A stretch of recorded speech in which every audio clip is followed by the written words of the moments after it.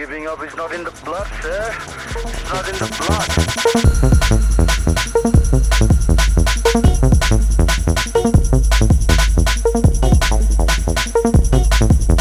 How much would you rate this vlogging drive as your first experience? 10 on 10. 10 on 10. Yeah.